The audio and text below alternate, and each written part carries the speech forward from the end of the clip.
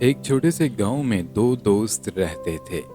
ایک کا نام احمد تھا اور ایک کا نام سلمان تھا۔ بچپن سے ہی وہ دونوں ایک ہی ساتھ پڑھتے تھے اور ایک ہی ساتھ کھیلتے تھے۔ ان کی دوستی پورے گاؤں میں مثال تھی۔ ایک دن گاؤں میں میلہ لگ رہا تھا۔ احمد اور سلمان نے بھی یہ فیصلہ کیا کہ ہم بھی اس میلے میں جائیں گے۔ چند روز بعد وہ اس میلے میں پہنچ گئے۔ جیسے ہی وہاں پر پہنچے، بہت زیادہ انہوں نے جھولے لیے اور وہاں کے اینیملز دیکھے اور خوب انجوائے کیا۔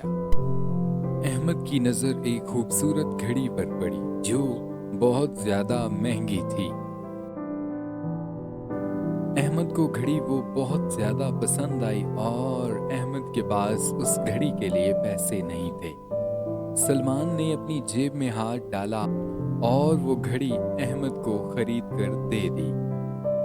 احمد نے سلمان کا شکریہ ادا کیا اور کہا، تمہارا احسان میں کبھی نہیں بھولوں گا۔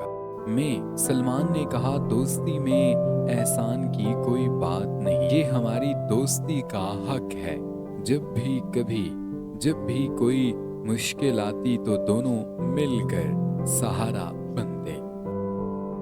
یہ کہانی ہمیں یہ سبق دیتی ہے کہ سچی دوستی میں اور دنیا میں سچی دوستی زندگی کا سب سے بڑا خزانہ ہوتی ہے۔